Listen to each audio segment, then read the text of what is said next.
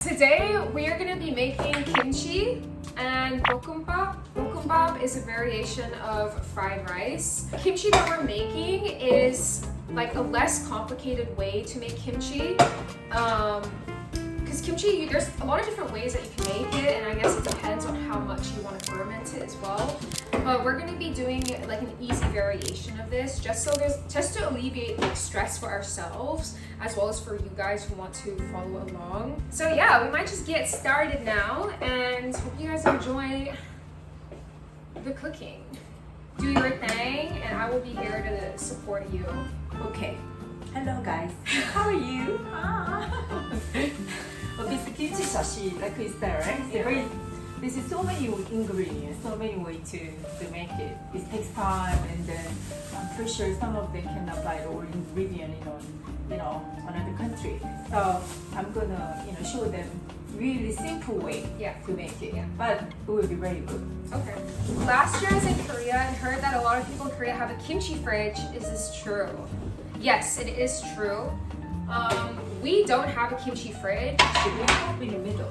Yeah, but we have a dedication, like I'll actually show you guys. So as you can see, we actually have a dedicated section in the fridge for kimchi. So yes, you're right, Shaiko. Most Korean people have a kimchi fridge, but we don't have space for that, and it's like blah, blah, blah. But yeah, we have all our different types of kimchi here.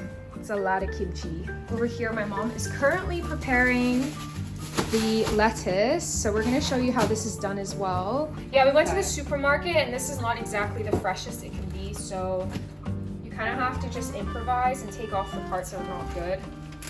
But this is also a learning process for me, because I've also never, like, I've tried making kimchi before, but I don't know if I did a great job or not. Oh, hi! One of the Wawas came to say hi. This is a bit of a contamination though, dog and food. Okay. Show you guys how she washes the, yeah. Just cut this meat, it's like a pasta, okay? Ah, okay, this is an important step. So next, my mom has cleaned the cabbage. So next is about chopping it into, the size that you want for your kimchi. Also, she's a cabbage, right? Yeah. It's better to cut here, not too small. It's very thin, right? Yeah. So, when you marinate, when you're cooking with the fish sauce, it goes like a little salty. It isn't hard, right? Yeah. So this is better to cut Smaller. Yeah, smaller. Okay. So what my mom was saying is this part here of the cabbage, the softer part, you kind of want to cut it into bigger pieces because it'll shrivel up and get small.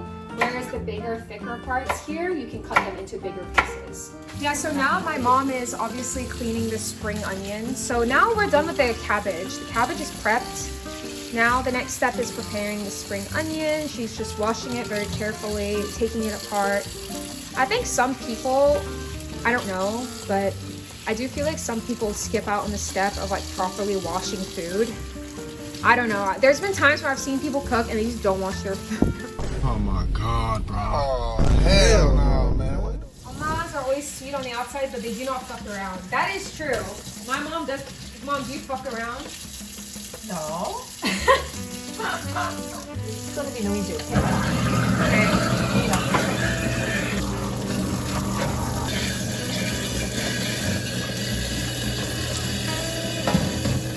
Please tell me when you need my help, okay? This is also bite size. My mom's a way better cutter than I am, so I guess it's like way more satisfying to watch, but obviously I will help out later. But yeah, obviously what just happened there, we have a drain grinder, which is honestly such a lifesaver in the Netherlands. I do not have one. Okay, so now, after we've prepped the spring onion, my mom is cutting it into little pieces. And once you've cut them up into little pieces, you just put them into the bowl with the cabbage. Green bits and white bits are all included. So also, if you want, you can put in a carrot too. Oh, you can also add carrots if you like. Okay. And now we're mixing it all up. Okay, next step. I'm excited as well. Fish sauce. Fish sauce. Okay. I'm gonna try only the 1 or 2 spoons, okay? Because you can add it later. Yeah, that's true. I think it's always in cooking is like add less than more because you can always add more, but you can't take out. So she added 2. Sorry, I Yeah. forgot the garlic. Well, I usually never use this.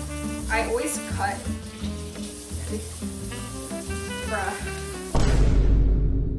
We're using 10 pieces of garlic because obviously kimchi is really garlicky. So, oh my God, this is annoying. But I guess this is better than, because at home I don't have a thing like this, so I always cut. No, it's okay.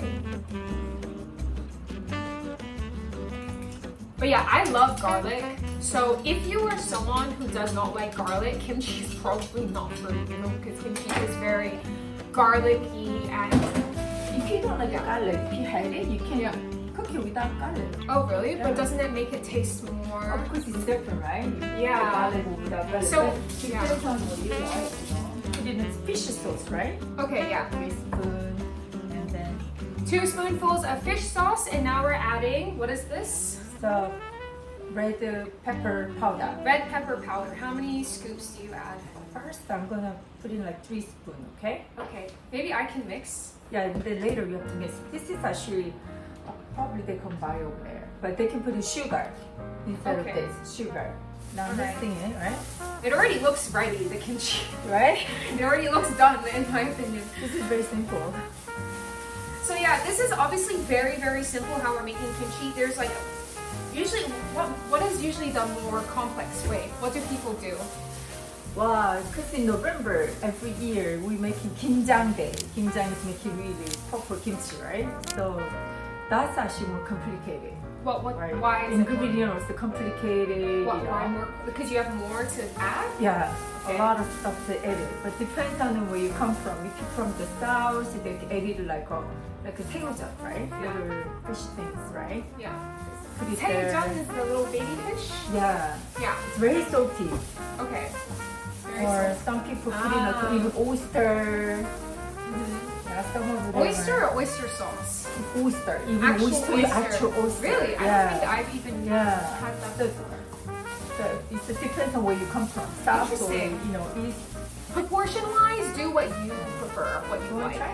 Yeah, I'll try. Okay. Oh my god. Look at on my face. Oh, sorry.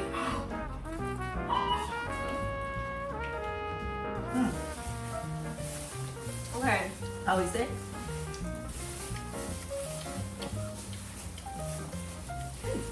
Salty enough, right?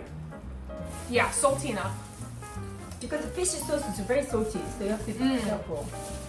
Well, bit of a kick. Pretty salty. More sugar? Nah, No? I like it like this. I personally prefer more sour and salty kimchi. Some people prefer more of a sweet kimchi. So I think this is pretty good. This tastes very like garlicky, spicy, salty. When you're adding in fish sauce to your kimchi, 2 spoonfuls, taste test, see if you want it more salty. Quite good. It's right? going everywhere. Adjust accordingly. But when you are actually tasting, the bit of salty is will be better. Later, when the all ingredient go into the cabbage, Yeah. later it's not salty enough. So Ah, the bit salty will be better. And then you Yeah. can leave it out, right? Outside, like 1 or 2 days, it comes out.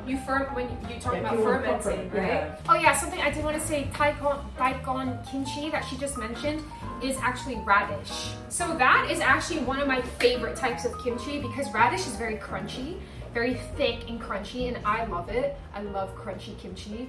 So if you want to make daikon kimchi, it's pretty much the same process, but just with radish instead. Or you can add it into this with the cabbage. Okay, so kimchi's ready. Look, Is Jazz letting her mom do all the work? so it's ready. No, she wants to do. I promise I'll help her. I'm okay with that. Ooh, but it's ready. Okay, so close up, guys. Here is the kimchi. That's it. We are done making the kimchi. Super easy process. Again, like my mom said, depending on where you're from in Korea, they make kimchi differently. There is more complex ways to make kimchi, but this is in its easiest and simplest form. Now let's ask about fermenting. So like, obviously the taste of kimchi will develop over time based on how long you ferment for. So what do It you gets like? sour so quickly, especially summertime. Okay, so So how? even if you leave it out overnight, it goes to, start to the fermenting. So if you want more sour, then you can leave it more than 24 hours. Depends on, really Okay. everything depends. Okay, but for us, like, you know what I like, right? So in what amount of time do I have to eat this kimchi before it becomes too sour, what I don't like it anymore? Because you know what I like, right? Yeah, So- mostly it's like, if it's more than a week or 10 More than a days, they week? become, really sour. Okay. But the great thing about kimchi is that even though it becomes super sour, you can still, and you don't want to eat it as just kimchi anymore, you can actually make kimchi jjigae Right. and other Korean dishes where it is actually better and required to use more sour kimchi. Kimchi jjigae, kimchi stew is better with more sour kimchi, so when you make kimchi, you can eat it as a side dish, but then you can also let it ferment and then use it to make other foods. What else is a good food? What's the kimchi fried rice? Kimchi fried rice that we're gonna actually be making now.